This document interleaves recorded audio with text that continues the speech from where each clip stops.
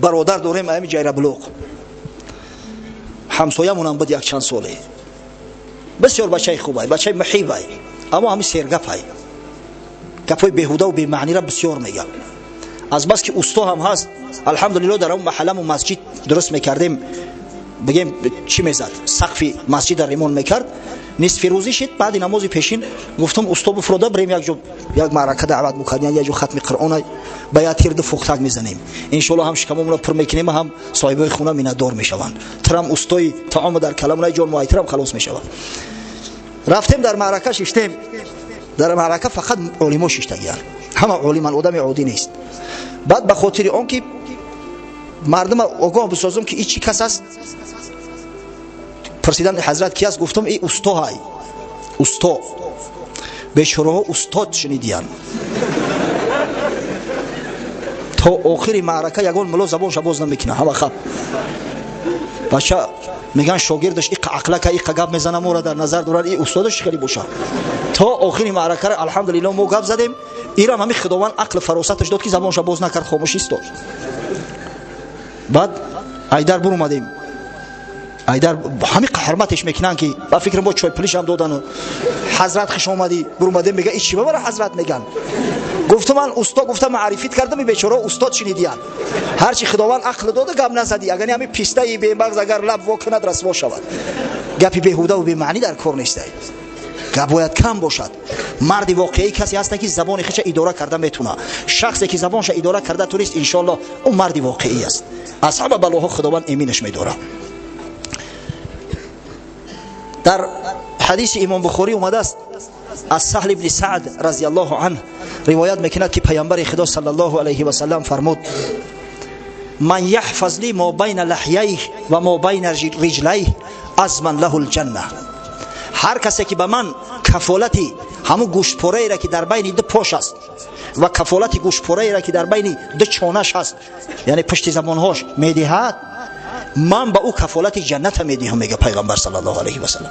هر کس کفیل میشود، ضامن میشود بر فرجش و بر زبانش، من کفیل میشم که این شخص مؤمن باشه داخل جنت میشه. از ایده بشورت زیاد میشه. فقط همین زبان نگه بدار، لغلق نکن، گپی بیهوده نگو.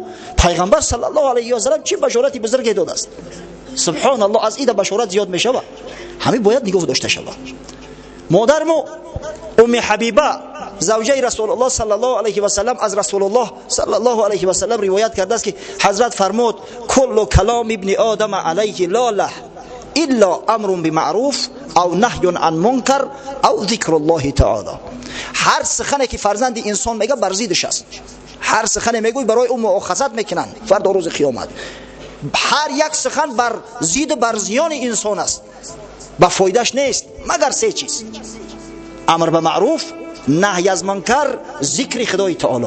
همه سه چیز فقط به منفعت انسان است. دیگر هر سخنی که میگیم، هر گپ کاری که میگیم، همش بر زیان ما است. در دنیا لق میکنیم، فردا روز قیامت از روی این زبان شتم میخوریم. در حدیث اومده است از حضرت ابو سعید خدری رضی الله عنه روایت میکند امام ترمذی و دیگر اصحاب سنن که رسول الله صلی الله علیه و سلم فرمود: اذا اصبح ابن آدم فان الاعضاء كلها تكفر لسان. وقتی که فرزند آدم از خواب میخیزه، هر سحر تمام اعضای بدن، در بعضی جا اومده است که پیشش زبان التجا میکنن، تواضع میکنن. در بعضی روایات اومده است که زبان حکم به کفر میکنن، زبان مذمت میکنن. تقول اعتق الله فینا فانما نحن بیک. میگن ای زبان گرسوخته، از خدا بترس، در حق ما جور نکن که ما به تو متعلقیم، ما به تو وابسته هستیم. فان استقمت استقمنا. اگر تو راست درست باشی، ما هم راست درست هستیم. اگر تو سبحان الله و الحمدلله گفتی، تمام رگ پیوند سبحان الله و الحمدلله میگه. و این اعوججنا اعوججنا. اما اگر تو کج رفتاری کردی جوان مرد، از تو سخنای ناسزا برآمد، ما در بلا میمونیم. تو یک مسلمان حقارت کردی، مشت یا میزنه بنیره میشکنه یا دندونه. تو اگر یگان سخنی نادرست و خلاف شرع نعوذ بالله کفر گفتی، فردا در آتش جهنم از تی بدبخت دیده ما زیادتر میسوزیم. میگن اعضای بدن، از خدا بترس، در حق ما جور نکن. از همین خاطر زبان همیشه باید اداره شود. با پیر رسیدم در اقصای یونان، بدو گفتم ای آن که با عقل و هوشی زی مردم چی بهتر به هر حال؟ گفتا خاموشی خاموشی خاموشی خاموشی. پیش یک بزرگ رفته میگه پرسیدم که تو بسیار آدم با خیرت هستی، به عقل هستی، کدام کار از همه بهتر است؟ 4 بار خاموشی گفت. خاموشی خاموشی خاموشی خاموشی. سبحان الله. حضرت احنف ابن قیس، قصه احنف ابن قیس هم در جنگ جمل و هم در جنگ صفین برات بیان کرده بودیم. این سرور قبیله بنی سعد است. بسیار شخص دانشمند بود، بسیار زیرک بود.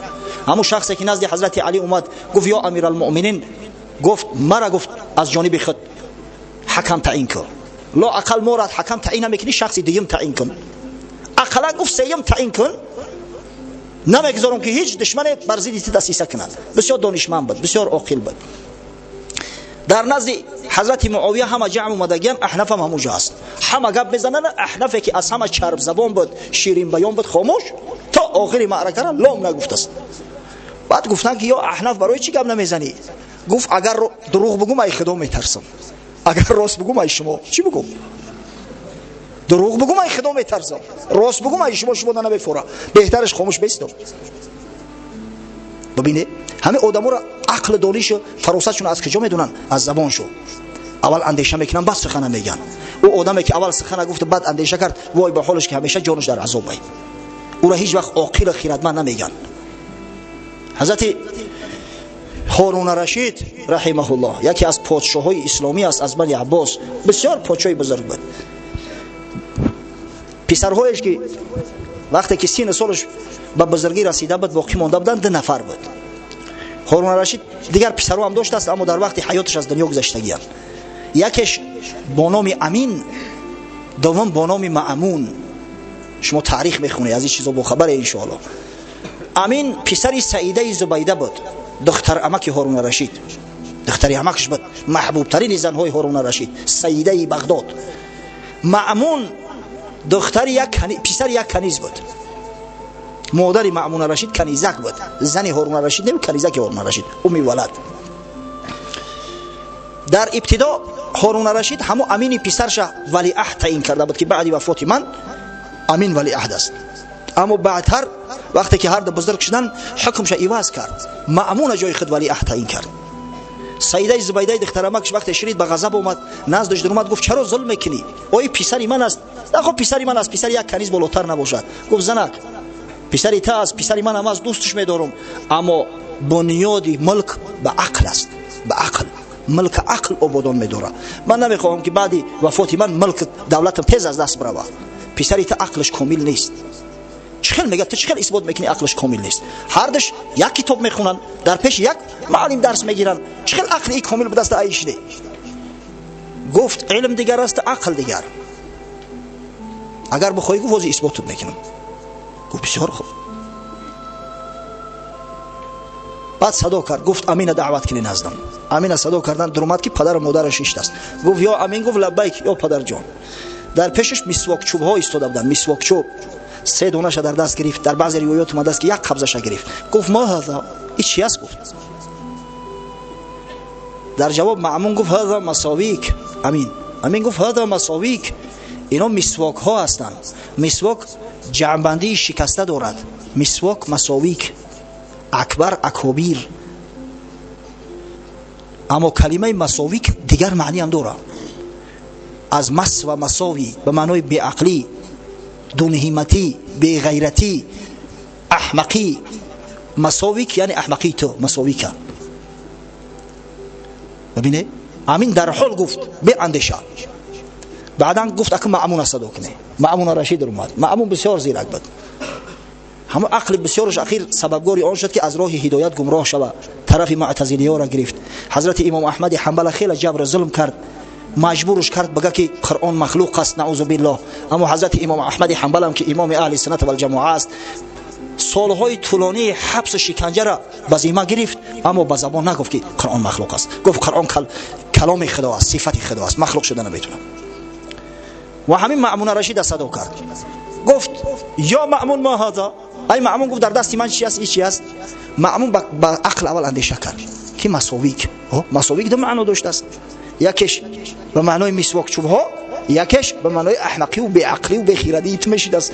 برای همین از بس که زیرک بود با عقل بود گفت هذا مسواک و هذا و هذا، این مسواک است، گفت ایشم و ایشم، جمعش نکرد. این چوب مسواک است، گفت این چوب شم این چوب شم.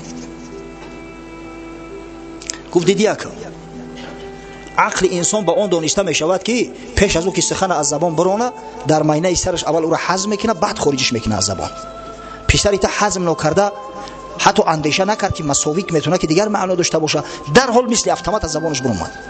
اما معمون که با عقل است اول همون را در مینش یک گذران دید که دو معنا داشته است، معنای دیگه‌اش ناجایز است، در نزد پادشاه گفتنش نشانه ابلهی و احمقی است. از همین خاطر نیاکه بچی راه و بچی طریقه جانش خلاص کرد. پس این سخن ببینه که چقدر یک نعمتی بزرگ است اگر به شرطی که اداره شود. این زبان بسیار دولتی بزرگ است. قدری زبان برا داشتن شما از آدمایی که زبانشو میگیره یا از او بدتر از کسایی که گنگ هستن از اونها بپرسه که این بزرگ نعمت است، انسان از حیوان متمایز میسازد. اما به شرطی که زبان در اختیار صاحبش باشد.